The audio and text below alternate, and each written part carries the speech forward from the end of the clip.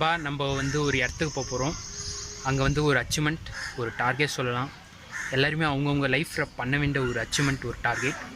இந்த வீடியோ பார்த்துட்டு நீங்களுமே உங்கள் லைஃப்பில் அந்த அச்சீவ்மெண்ட்டை கன்ஃபார்மாக கம்ப்ளீட் பண்ணுங்கள். எல்லோரும் பண்ண வேண்டியது பண்ணிடுங்க. அந்த இடத்துக்கு போய் மீதி வீடியோவை நம்ம கண்டினியூ பண்ணுவோம்.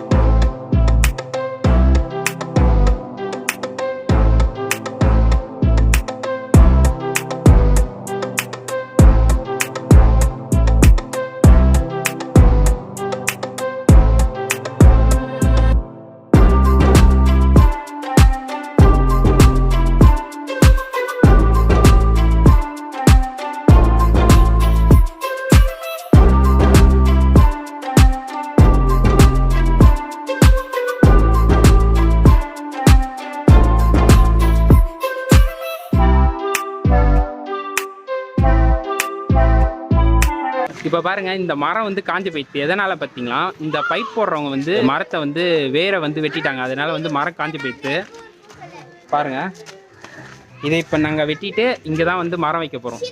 இந்த மாதிரி நீங்களும் பண்ணாதீங்க. ஒரு மரத்தை சேவ் பண்ணணும், அழிக்கக்கூடாது.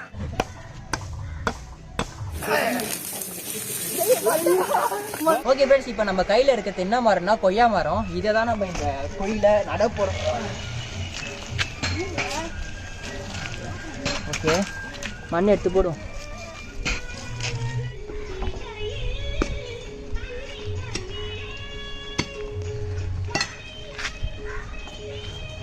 நண்பா, நம்ம இந்த குழியில தான் இப்போ வந்து மரத்தை நட்ட போகிறோம்.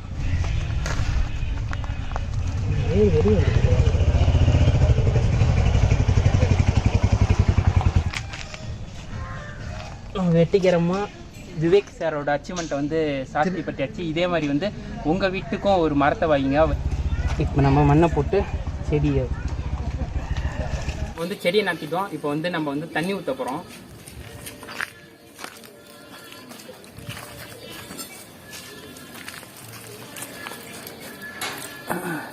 வேறு யாராவது நட்டி இந்த மரமாக இருந்தாலும் பரவாயில்ல, நம்ம வந்து தண்ணி ஊற்றி காப்பாற்றணும். அதனால் தண்டராஜ் நட்டினதுக்கும் நம்ம தண்ணி ஊற்றி காப்பாற்றணும். ஏற்கனவே நட்டிருந்தாலும் பரவாயில்ல, அதுக்கும் நம்ம தண்ணி ஊற்றி காப்பாற்றணும். இப்போ நம்ம லாஸ்ட்டாக வாட்டர் போட்டலாம். இந்த செடியும் இப்போ தான் நட்டது விவேக் சார் ஞாபகமா. இந்த செடியும் இப்போ தான் நட்டது விவேக் சார் ஞாபகமா.